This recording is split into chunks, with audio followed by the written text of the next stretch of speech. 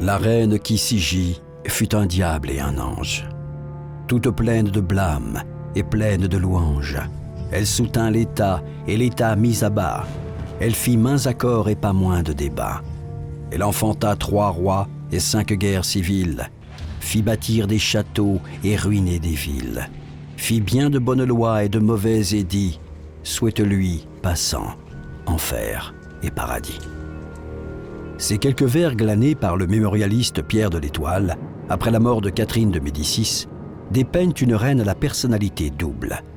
Si la reine noire décrite par Alexandre Dumas dans La Reine Margot lui confère une image emblématique de souveraine sanguinaire, l'histoire révèle pourtant un personnage brillant et autrement plus complexe. Mais c'est elle, celle que l'on appelait la Florentine ou la conspiratrice, parce qu'elle passe sa vie à conspirer. C'est elle qui va assurer le gouvernement pendant des années. Catherine de Médicis, héritière florentine effacée derrière son époux, le roi Henri II, mais toujours consciente de son rôle au sommet de l'État, se révèle être une fine politique sous le règne de ses fils François II, Charles IX et Henri III. Catherine de Médicis a un sens de la famille très fort. Elle sera, pour ses différents fils, une mère attentive, parfois un petit peu envahissante, mais très attachée à l'exercice de leur autorité. Soucieuse de maintenir l'intégrité d'un royaume déchiré par les guerres de religion, elle tente d'abord de mener une politique de conciliation, en affirmant une volonté royale par-delà les clivages des partis et des confessions. Face à l'échec de cette politique, elle se pose alors en souveraine implacable. Elle entreprend une répression qui va conduire au tristement célèbre massacre de la Saint-Barthélemy. Catherine de Médicis s'éteint le 5 janvier 1589, sans assister à la mort de son fils préféré, Henri III, qui entraîne avec lui la chute irrémédiable de la dynastie des Valois, après 260 ans de règne.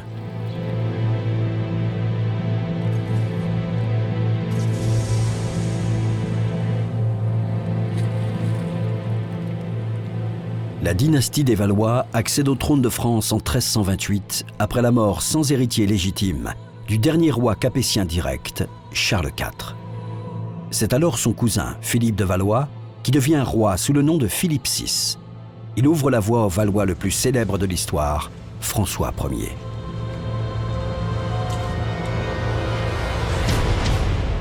Certains historiens partagent les 260 ans du règne des Valois selon 3 phases.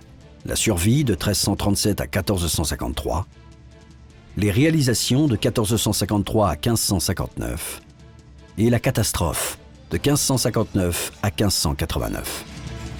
La période de la survie fait référence à la guerre de 100 ans qui se déclenche quand un autre cousin, Édouard III d'Angleterre, se pose en prétendant au trône de France et remet en question la légitimité des Valois. Après avoir bouté les Anglais hors du royaume, les rois valois achèvent de rassembler les provinces et installent une autorité royale incontestable. Ils s'opposent alors aux puissants ducs de Bourgogne, qui rêvent de porter la couronne. Ces derniers s'empressent donc de conclure des mariages d'alliance avec les Habsbourg, dynastie rivale qui règne sur l'Espagne, l'Autriche et le Saint-Empire romain germanique. Ces liens instaurent alors un véritable climat d'hostilité entre Valois et Habsbourg. Le territoire des Habsbourg encercle le royaume de France et François Ier entend bien leur démontrer sa force.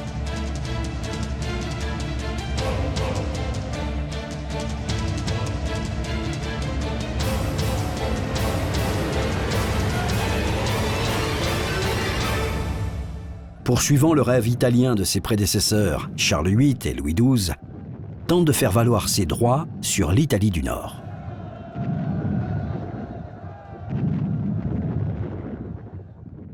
Ce duel naît à la fin du XVe siècle, à partir du moment où la France commence à reprendre une autorité en Europe, après la guerre de 100 ans, après s'être reconstruite à l'intérieur du royaume, et où elle commence justement à développer l'idée d'une idée d'empire qu'elle pourrait construire à partir de la péninsule italienne. Et ce duel va donc commencer à partir de Maximilien, à l'époque de Maximilien et de Charles VIII et de Louis XII. Et il va devenir beaucoup plus fort et beaucoup plus violent à partir de 1519, à partir du moment où François Ier va envisager l'élection impériale et donc prétendre officiellement à la couronne du Saint-Empire.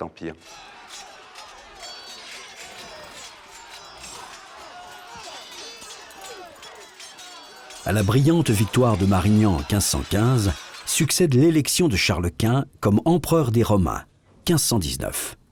Le désastre de Pavie, en 1526, consacre alors la suprématie espagnole.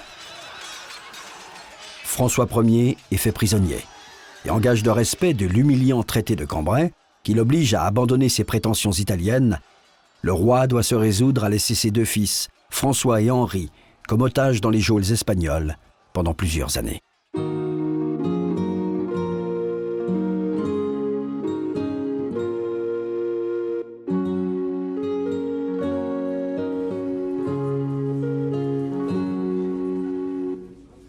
L'idée pour François Ier, en tout cas dans les années 1530, parce qu'il n'a plus d'argent pour faire monter une armée, eh bien, il va essayer de jouer avec la diplomatie. Et comme Charles Quint va mettre un holà assez ferme par rapport au projet de mariage de son fils Henri avec une de ses filles à venir ou une de ses nièces, eh bien, François Ier va chercher d'autres alliés en Italie, parce qu'il n'en a plus du tout. Et il va chercher le pape, c'est l'allié qui pourrait être le plus puissant, pas forcément militairement, mais sur le plan politique. Et Clément VII, à l'époque, a une nièce, Catherine, qui a exactement le même âge, à 15 jours près que Henri, et qui vit dans un couvent, qui est potentiellement héritière de Florence, mais aussi du duché d'Urbain.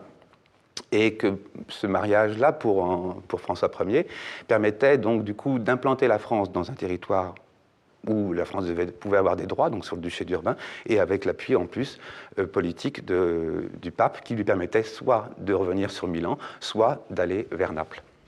François Ier négocie avec le pape Clément VII, alors en guerre contre les Habsbourg, un mariage d'intérêt entre son fils cadet, Henri, et l'héritière orpheline des Médicis, Catherine.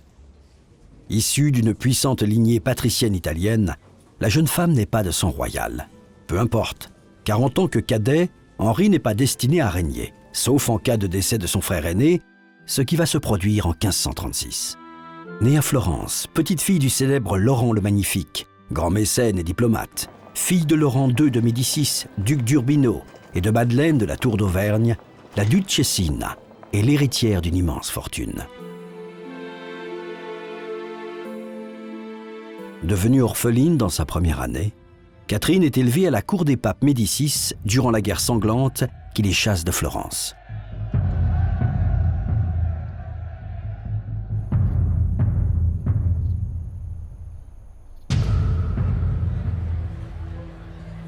L'union de Catherine et Henri est célébrée à Marseille le 28 octobre 1533. Ce mariage politique s'accompagne d'un traité d'alliance entre la France et la papauté qui promet une aide pour la reconquête de Milan ainsi qu'une dot substantielle.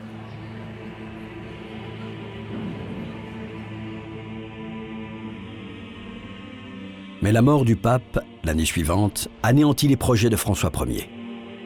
Le nouveau souverain pontife s'allie à l'empereur. Le mariage Médicis-Valois n'est plus d'aucune utilité pour la France.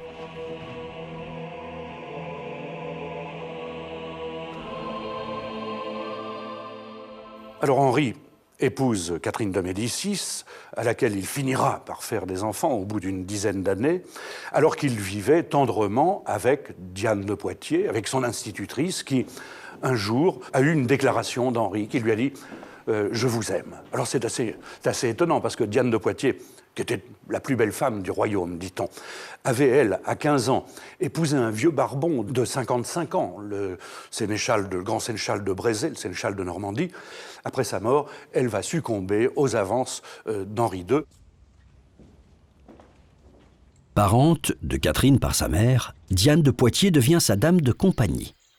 Âgée de 30 ans, la jeune veuve, à la beauté antique et au caractère affirmé, va devenir sa grande rivale.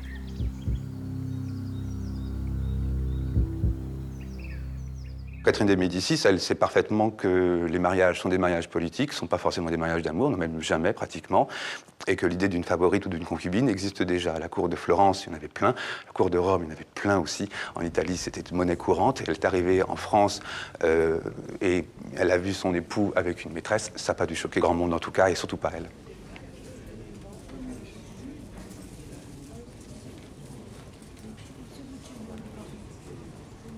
Catherine supporte avec humilité l'omniprésence insultante de sa rivale. Diane est sûre d'elle et jouit d'une grande influence à la cour.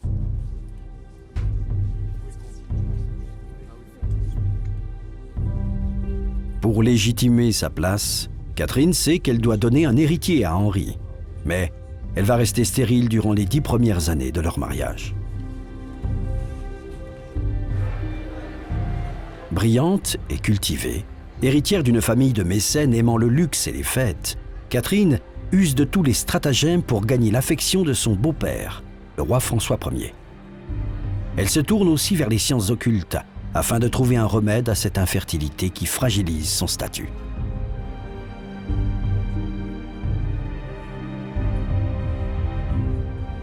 Catherine donne finalement naissance à un premier fils, futur François II, en 1544. Puis suivront 10 autres enfants, dont 7 survivront jusqu'à l'âge adulte.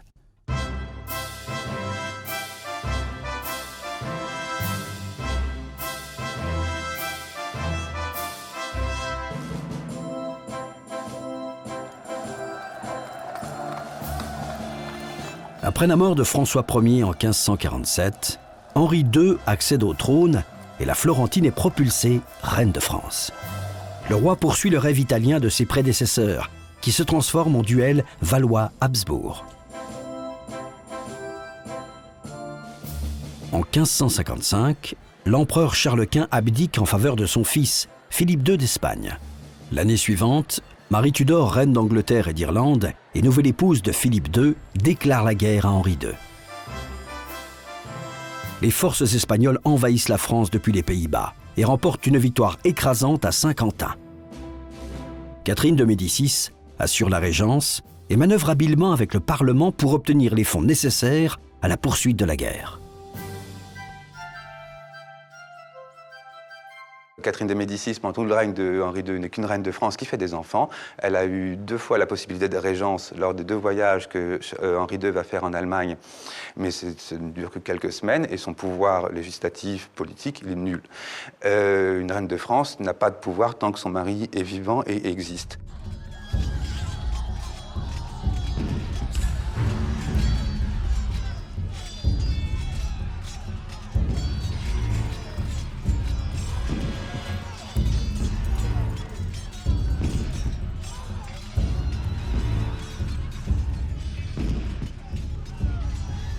La paix de Cateau-Cambrésis, signée les 2 et 3 avril 1559, met un terme aux guerres d'Italie et confirme la suprématie espagnole en Europe. En quoi consistent ces accords? Eh bien, ce sont sensiblement des affaires religieuses, parce que Henri II cède toutes ses prétentions sur l'Italie en demandant à l'Espagne de l'aider éventuellement contre les Huguenots. Et avec l'Angleterre, eh bien, il joue le jeu contraire. Il dit à Élisabeth, la reine d'Angleterre, eh bien écoutez, en effet, vous avez consacré le culte anglican chez vous, je ferme les yeux, mais vous me rendez Calais. Il a récupéré Calais. Cette paix de 1559 est essentielle parce qu'elle va permettre à la fois de mettre un point final à plus de 40 ans de guerre, ce qui n'est pas rien, à recréer des liens entre l'Empire, conduit non plus par Charles Quint parce qu'il a abdiqué, mais par son fils Philippe II, et en partie en tout cas, et par l'Angleterre qui maintenant est sous la tutelle d'Élisabeth Ier. C'est aussi une période donc où on affirme, où la France va affirmer son abandon de l'Italie. Justement, cette paix aura l'avantage au moins d'avoir repris Calais et donc empêcher les Anglais de débarquer sur la France aussi facilement. Et puis aussi de garder ces 3 évêchés, Toul, Verdun et Metz, qui étaient des territoires, qui étaient des enclaves à l'intérieur du royaume de France, ou en tout cas proches du duché de Lorraine, et qui permettaient aux Allemands, ou en tout cas aux impériaux, de venir plus rapidement en France et ravager la Picardie et la Champagne, voire même menacer Paris. Stratégiquement, c'était finalement très très fin.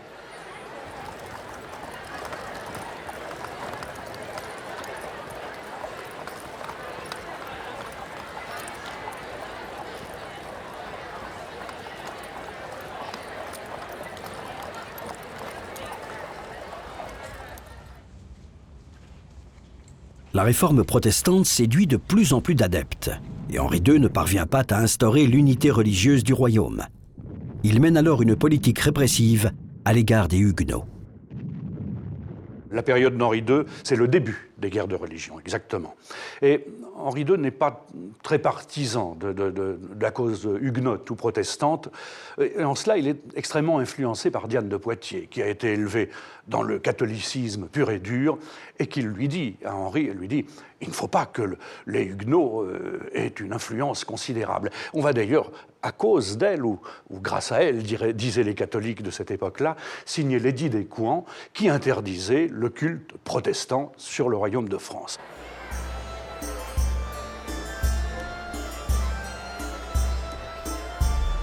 Pour concrétiser la paix avec les Habsbourg, des festivités sont organisées et célèbrent des mariages princiers. Élisabeth de Valois est une des filles de Henri II et va épouser, donc après, comme tous les paix se finissent souvent par des mariages, elle va épouser Philippe II d'Espagne, et donc liée par le mariage, en plus des traités de paix et de tous les contrats qui ont été faits, donc liés spirituellement deux nations qui se sont fait la guerre pendant 40 ans, c'est-à-dire la France et l'Empire. Henri II est un colosse, bel homme, rompu à tous les exercices physiques.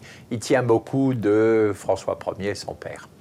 Et Henri II aime beaucoup l'un des grands sports des gens de sa catégorie, j'allais dire, c'est-à-dire des rois, des princes, de la grande noblesse, qui est les tournois, ce substitut de la guerre. Lors d'un tournoi, Henri II affronte le capitaine de sa garde écossaise, le duc de Montgomery. La lance de ce dernier se brise, atteignant le aume du roi et lui écorche l'œil.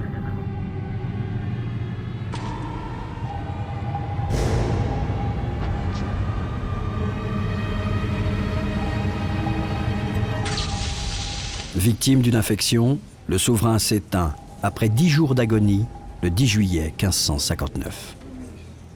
La mort de Henri II, qui a été une mort alors complètement inattendue, il était là dans la force de l'âge, et sa disparition va évidemment créer des troubles très profonds, une instabilité très profonde. De toute façon, toute régence est une catastrophe dans le système royal français, et cette mort va apparaître comme un signe pour les contemporains du désaveu de Dieu à l'égard de ce qui se passe en France.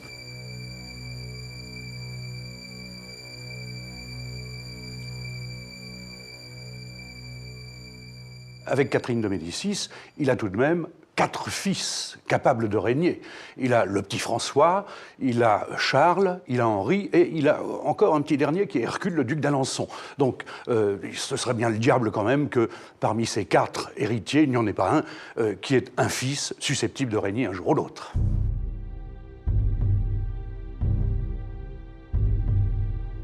Après avoir passé 26 ans dans l'ombre, l'épouse d'Henri II et l'italienne Catherine de Médicis endosse alors un rôle public auprès de leurs 3 fils. Elle va se consacrer à poursuivre l'œuvre de son défunt mari.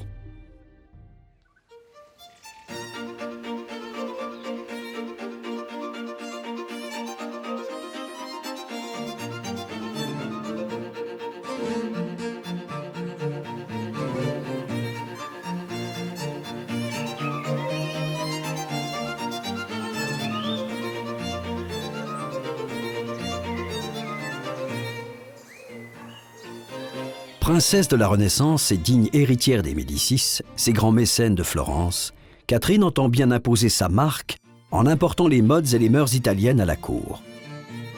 Elle souhaite aussi poursuivre l'œuvre architecturale de François Ier et d'Henri II.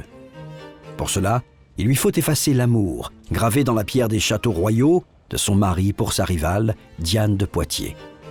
Cette dernière doit échanger Chenonceau contre Chaumont et restituer, comme c'est l'usage à la mort du souverain, les bijoux de la couronne.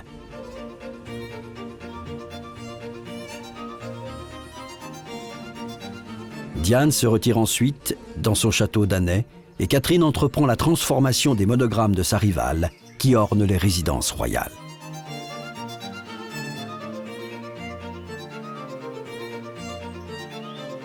Catherine de Médicis est une bâtisseuse comme François Ier l'a été. Et elle est dans la même logique, c'est-à-dire qu'elle construit beaucoup, elle a des tas de projets tout le temps, mais elle finit pas grand-chose. Alors soit parce qu'elle a d'autres idées, soit parce qu'il manque d'argent, soit parce que la cour a changé pour des raisons politiques, on a changé de lieu.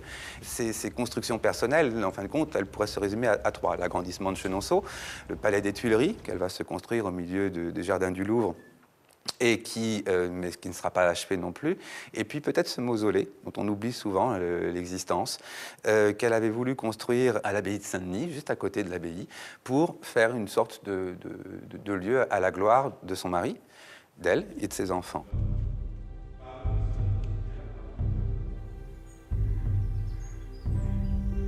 L'hôtel des Tournelles, qui a vu mourir Henri II, est complètement abandonné. Catherine de Médicis décide de construire à cet emplacement sa nouvelle résidence parisienne et de tracer des jardins sur les vestiges d'anciennes fabriques de tuiles. Ce sera le jardin des Tuileries. Le palais des Tuileries, que la reine-mère fera sortir entièrement de terre, est le plus vaste projet de construction du dernier quart du XVIe siècle. L'architecte à l'origine de l'œuvre, Philibert Delorme, enseigne à la France le style classique, rationnel et régulier. Pour plaire à la reine, il y ajoute des ornementations et de riches matériaux. Les colonnes, pilastres et lucarnes des Tuileries sont des chefs-d'œuvre de la sculpture de cette époque. Seul le rez-de-chaussée de la petite galerie est achevé de son vivant, ce qui permettra plus tard à Henri IV d'ajouter un second étage pour relier les deux palais du Louvre et des Tuileries. À la mort de Delorme, en 1570, Jean Bulan lui succède à la charge d'architecte en chef auprès de Catherine de Médicis. Elle lui commande la construction d'un tout nouveau palais, l'hôtel de la Reine, qu'on appellera plus tard l'hôtel de Soissons. Il n'en reste aujourd'hui qu'une simple colonne dorique, la colonne de l'horoscope.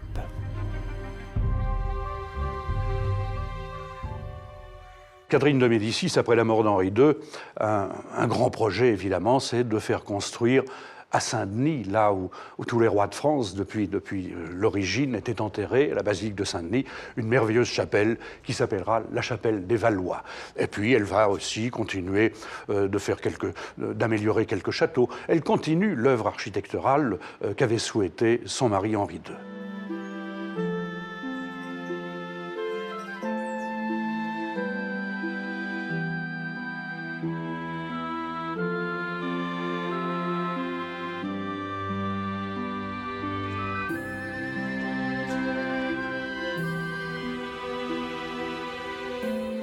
La mort accidentelle d'Henri II est une catastrophe pour le royaume.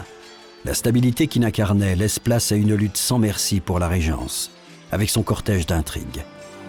Ces troubles internes vont plonger la France dans les sanglantes guerres de religion. Rongé par une haine fratricide, le royaume va se déchirer pendant près de 40 ans. Elle va devenir la mère du prochain roi, François II, mais qui est officiellement majeur et capable de régner parce qu'il a plus de 15 ans, et la majorité des rois est à 14, même si jusqu'à 20 ans, il a besoin d'un tuteur. Et c'est là-dessus qu'on va jouer, c'est là-dessus qu'elle va jouer avec le parti des Guises, c'est-à-dire en gros, mon fils est roi de France, fait toutes les lois en son nom, mais je serai à côté. Le jeune roi François II n'a que 15 ans. Il est majeur, mais manipulable, et les familles nobles rivales voient donc l'opportunité d'accroître leur pouvoir au sommet de l'État.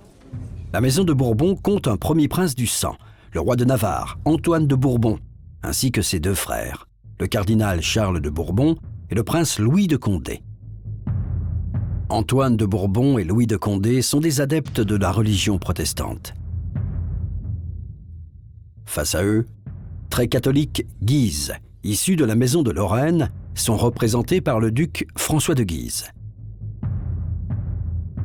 S'ils ne peuvent revendiquer aucune lignée royale, ils comptent pourtant dans leur rang une reine d'Écosse, leur sœur Marie de Guise ayant épousé Jacques V d'Écosse, et une reine de France, Marie Stuart, l'épouse de François II.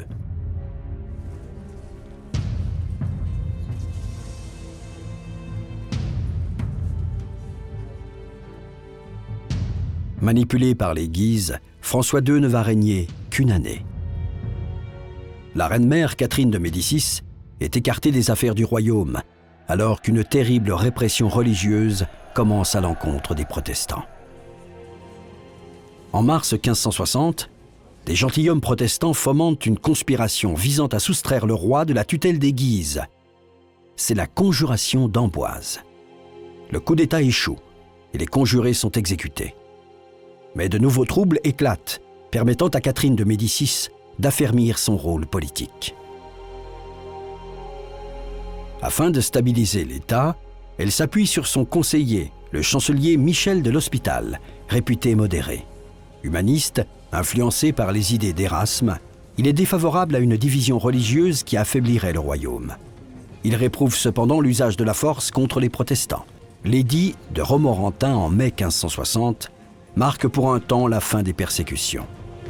Il accorde aux protestants la liberté de conscience, tout en leur refusant la liberté de culte. Une tolérance tacite s'installe en attendant la réunion des États généraux prévue pour décembre 1560. Une fois ce complot achevé, les Guises paraissent tout-puissants.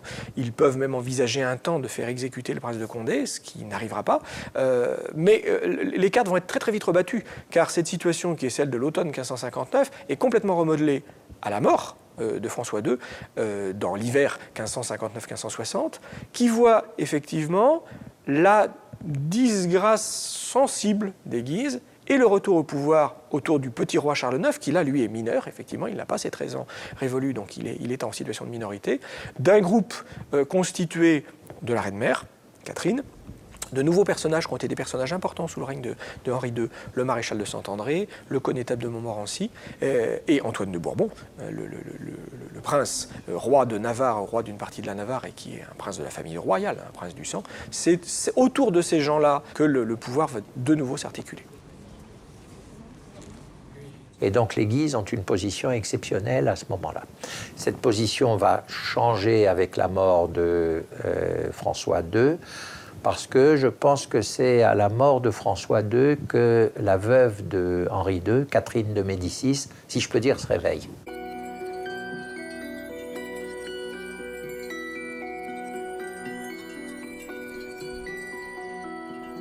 Le 5 décembre 1560, François II, jeune roi à la santé fragile, succombe.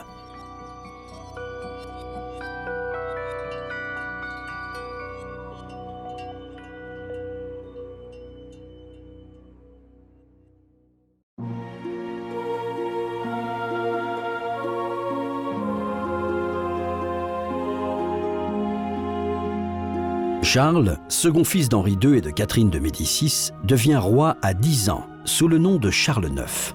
Mais il est trop jeune pour conduire le gouvernement du royaume et une lutte féroce s'engage pour la régence. Antoine de Bourbon affronte Catherine de Médicis pour faire valoir son droit légitime.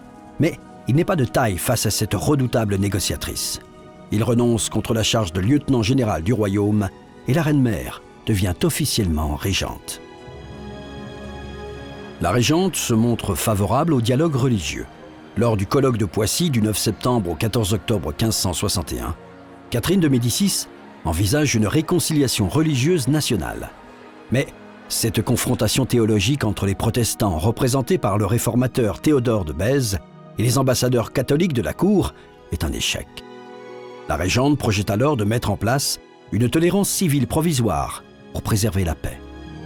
Pour éponger l'énorme dette de l'État, elle obtient également l'aide financière de l'Église de France, menacée d'être dépossédée de ses biens.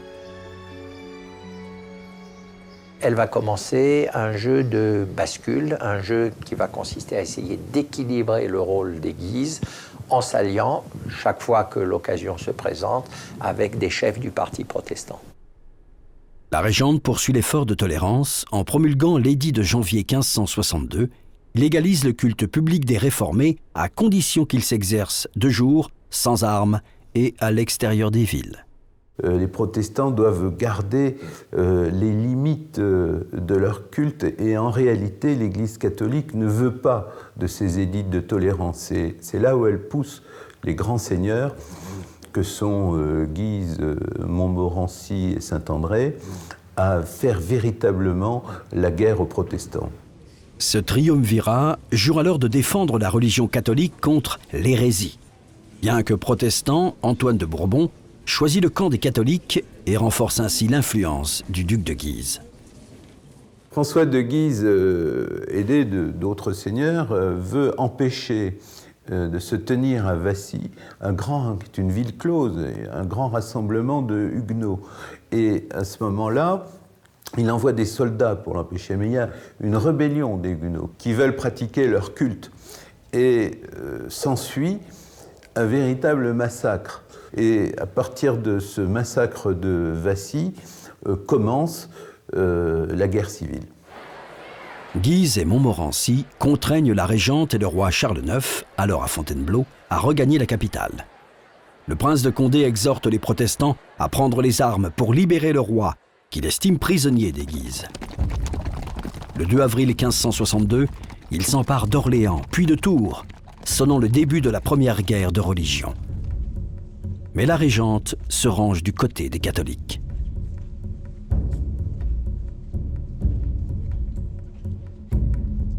Cette première guerre voit disparaître deux personnages essentiels. Antoine de Bourbon, dont le fils Henri de Navarre devient premier prince du sang, le fervent catholique duc François de Guise. L'édit d'Amboise, signé le 19 mars 1563, met un terme aux hostilités et marque le retour de la tolérance civile.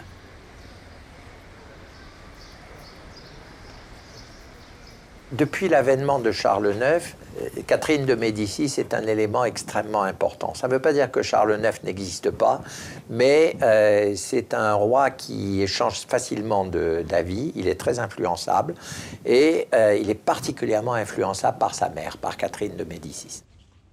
Délivrée de la tutelle du duc de Guise, Catherine de Médicis fait proclamer la majorité de Charles IX, le 17 août 1563. Si la régence s'achève officiellement, dans les faits, la reine-mère conserve toute son influence.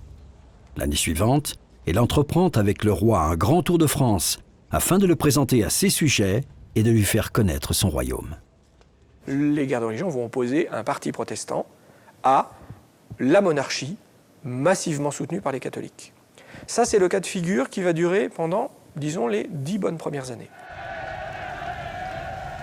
Après l'échec de la surprise de Meaux, tentative du prince de Condé pour s'emparer du roi Charles IX en 1567, le duel religieux entre catholiques et protestants enflamme de nouveau le royaume.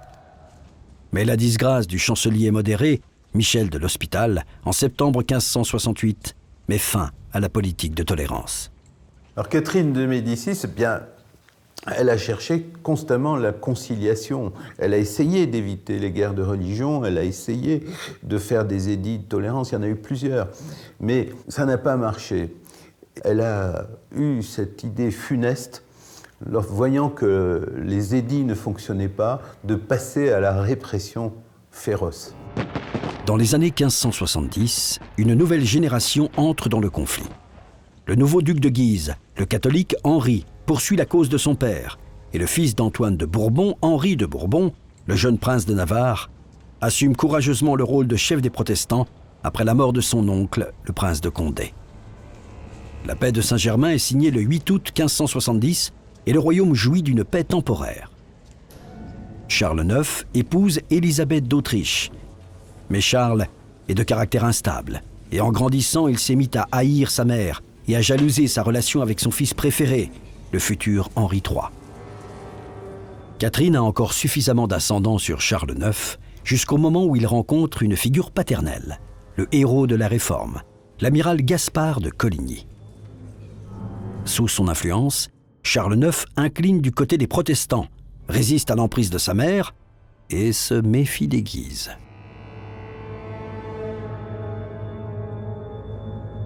Charles IX incline à une véritable alliance militaire avec les protestants, le chef militaire des protestants étant l'amiral de Coligny. Le chef, on peut dire, du point de vue du prestige, du point de vue de la relation avec la famille royale, c'est Henri de Navarre, mais le chef militaire, c'est l'amiral de Coligny. Catherine de Médicis, depuis l'avènement de Charles IX, joue ce jeu de bascule entre les Guises et le parti protestant. Lorsqu'elle incline du côté du parti protestant, elle met tout son poids dans la balance pour conclure un mariage très politique entre l'un des princes du parti protestant qui s'appelle Henri de Navarre, le futur Henri IV, et l'une de ses filles, Marguerite, celle qu'on appellera plus tard la reine Margot. Alors le mariage d'Henri de Navarre et de la petite Margot, la future reine Margot, la fille de Catherine de Médicis, est prévu. Donc on a prévu de le célébrer à Paris. A priori, ça s'annonce bien, puisque tous les Huguenots sont venus accompagner leur chef, le jeune Henri, et on se prépare à de grandes réjouissances. Mais ce qu'il faut savoir, c'est que Catherine de Médicis, que l'on surnomme la serpente dans l'histoire, Catherine de Médicis a une arrière-pensée dans le crâne. Elle envisage manifestement de venir à bout des protestants.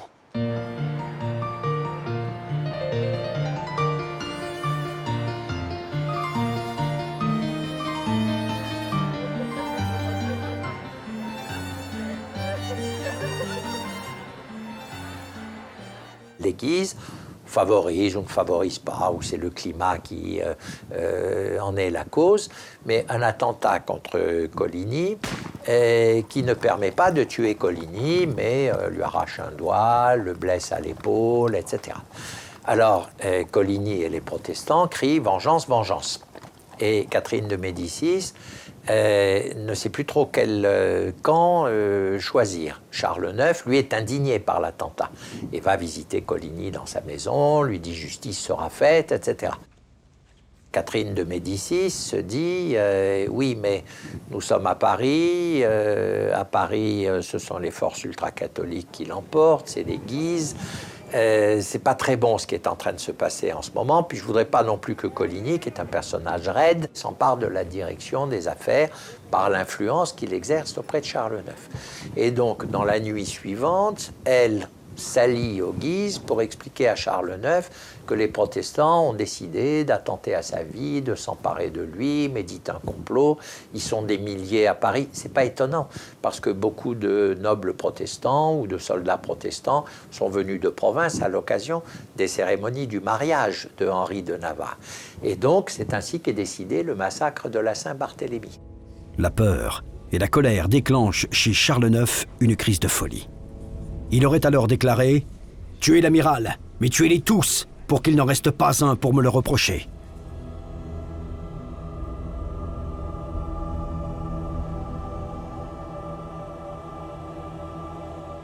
On ferme les portes de Paris, et les cloches du beffroi de l'église Saint-Germain-l'Auxerrois sonnent le signal du massacre de la Saint-Barthélemy. Dans la nuit du 23 au 24 août 1572, l'enfer se déchaîne.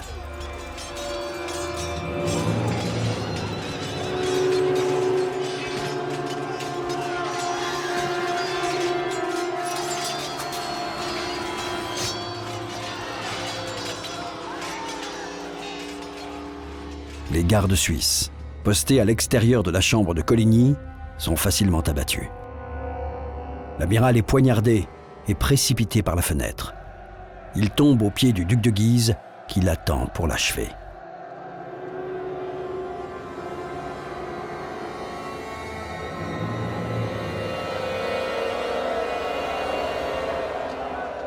Alors qu'elle ne devait frapper que les chefs, la folie meurtrière incontrôlable s'étend bientôt à tous les protestants de Paris.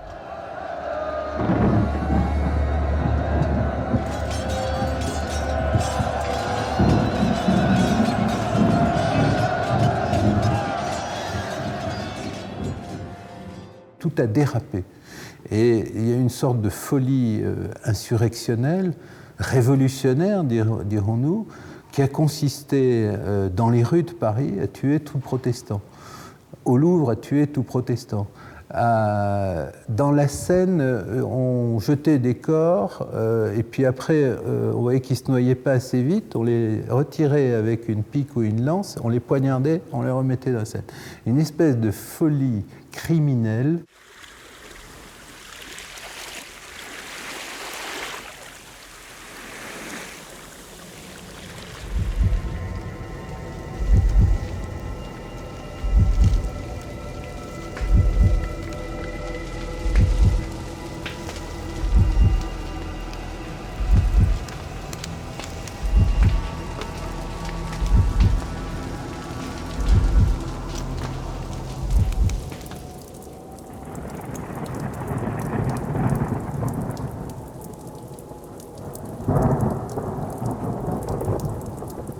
la cour d'Espagne et la cour de Rome, les deux grandes cours catholiques, celles qui pèsent le plus lourd sans doute à ce moment-là, le pape d'un côté et le roi d'Espagne de l'autre, se réjouissent absolument de cette opération, dont il faut bien voir qu'elle est conçue par eux, et en partie par ceux qui l'ont mise en œuvre, comme une purification du royaume de France, d'un royaume qui est pollué par une souillure religieuse fondamentale.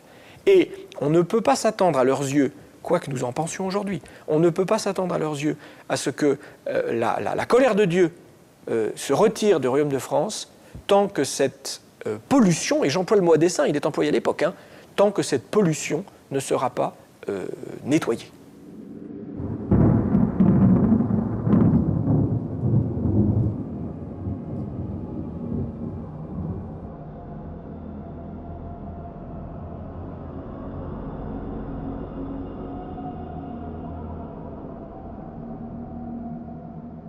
Après ce terrible massacre, la santé de Charles IX décline.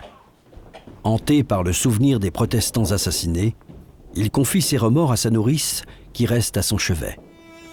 Usé physiquement et moralement, il n'a plus la volonté de vivre. Il est emporté à 24 ans par la tuberculose, le 30 mai 1574.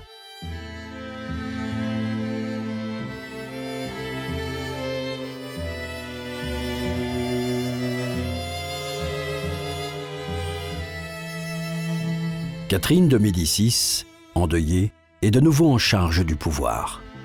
Elle envoie un messager en Pologne chercher le fils suivant, Henri, qui doit porter à son tour la couronne de France.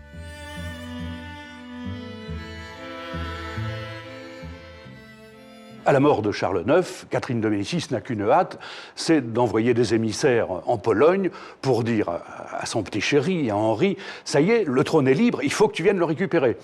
Henri avait à peine commencé de gouverner, fort mal d'ailleurs, parce que la Pologne ne l'intéressait pas. Il quitte la Pologne avec ses amis, qui d'ailleurs confisquent tout l'argent qu'il y a dans les caisses de la Pologne. Ils descendent vers Venise, où il va rester pendant 6 mois avant de venir hériter le trône de France.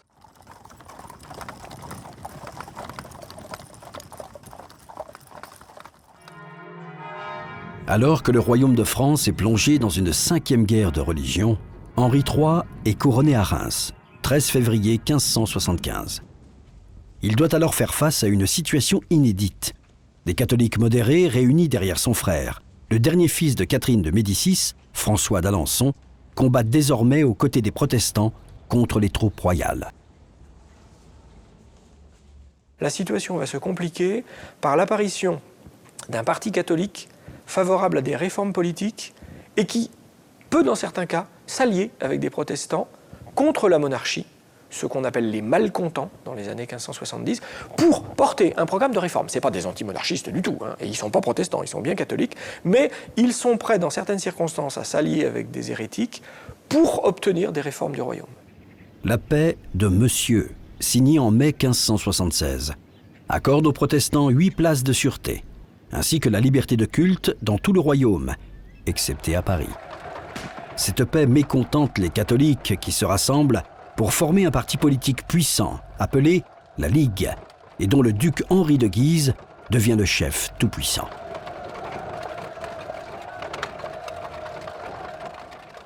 Henri III, quel est le rôle qu'il va jouer ? Le rôle que Catherine de Médicis, justement, attend de lui, c'est-à-dire ce rôle de bascule, et il va essayer d'échapper à l'emprise excessive des Guises. Quand les Guises sont trop puissants, évidemment, il incline du côté des Guises, il proscrit les protestants, les prive de toute dignité, fait semblant de leur faire la guerre, favorise un peu des combats. Et puis quand il trouve que ça va trop loin, ou dès qu'il peut en tout cas échapper à la tutelle des Guises, il s'en va de l'autre côté, il va vers son beau-frère, Henri de Navarre.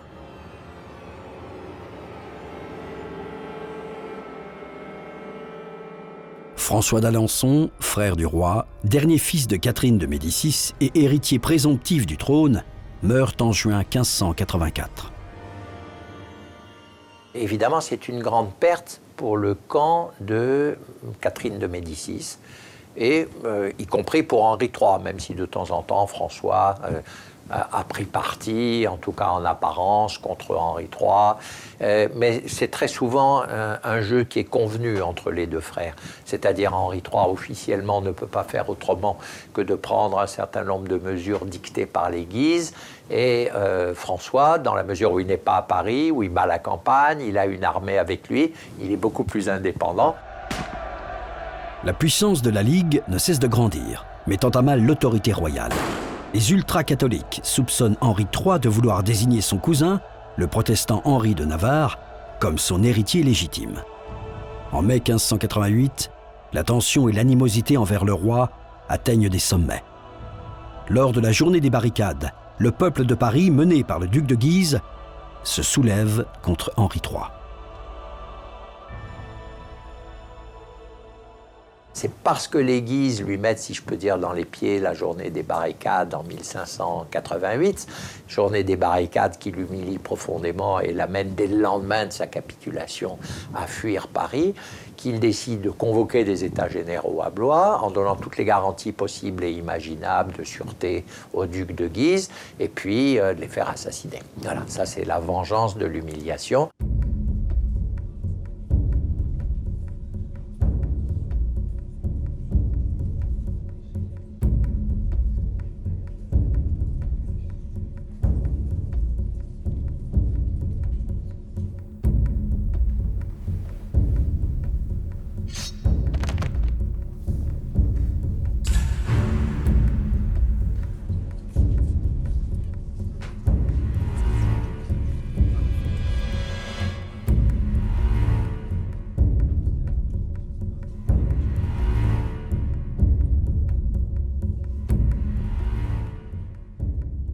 Les conséquences vont être dramatiques. Tous ceux qui ont pu croire que le roi et la Ligue s'entendaient durablement vont immédiatement, enfin nombreux parmi eux, vont se tourner contre le roi. Henri III a beau dire « mais le programme de la Ligue, je continue à le faire. J'ai éliminé le duc et le cardinal de Guise parce qu'ils étaient une menace contre mon pouvoir, pas du tout pour des raisons religieuses. » Il a beau affirmer cela, ce n'est pas admis. Et très très vite, dès le mois de janvier 1589, toute une série de groupes, de communautés, d'individus, de princes, vont rompre leur allégeance envers le roi. Ça va aller très très loin. La faculté de théologie de l'Université de Paris, la Sorbonne, va délier les sujets du roi de France de leur serment d'allégeance. Et donc il y a véritablement une rupture au plus profond de ce qui lie politiquement et religieusement, les deux sont indissociables, le prince et ses sujets. La nouvelle de la mort du duc de Guise anéantit Catherine de Médicis et lui révèle son échec. Son fils adoré vient de briser ce qu'elle a mis des décennies à construire. La reine-mère est malade et trop fatiguée pour se battre encore. Catherine, qui est à Blois et qui est effrayée par la tournure que prennent les événements, qu'elle a pourtant bien orientée à l'origine, parce que ne sait jamais vraiment sur quel pied danser en faveur des protestants ou des catholiques ultra, eh bien Catherine prend froid. Mais elle se dit, bon, ça va passer, je vais guérir, parce que Nostradamus m'a dit que je mourrais près de Saint-Germain. Alors elle se gardait bien depuis quelque temps d'être au Louvre, pas très loin de Saint-Germain-en-Laye, ou d'aller dans le château vieux de Saint-Germain. Eh bien oui, mais là, elle ne se sent pas bien, elle demande quand même un prêtre pour les sacrements, en disant, on ne sait jamais, mieux vaut tenir que courir. Et elle lui dit au prêtre, mais je ne vous connais pas, comment vous appelez-vous ? L'abbé de Saint-Germain, madame. Hop, et elle meurt immédiatement.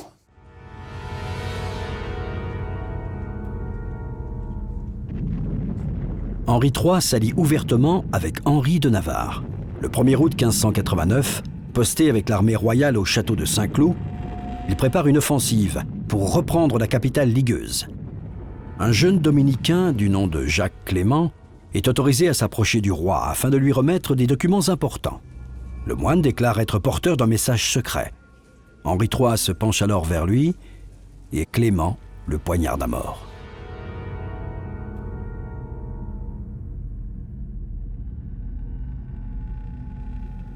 L'héritier du trône devient Henri de Navarre, qui est le premier des princes de la famille royale. Et évidemment, c'est le problème pour pas mal de catholiques. Est-ce qu'un prince protestant peut devenir roi de France ? Aucune prophétie des nombreux devins au service de Catherine de Médicis n'avait pu prédire ce désastre. Sous son influence, 3 de ses fils ont gouverné la France, mais sans pouvoir assurer leur postérité. Malgré les efforts de la grande matriarche pour conserver le pouvoir, après 260 ans de règne, la dynastie des Valois s'éteint. Ironie du sort, elle laisse place au premier roi Bourbon, Henri de Navarre, qui va régner sous le nom d'Henri IV et épousera à son tour une Médicis. Les guerres de religion se prolongeront après son avènement et ne prendront fin qu'en 1598, avec la signature du fameux édit de Nantes.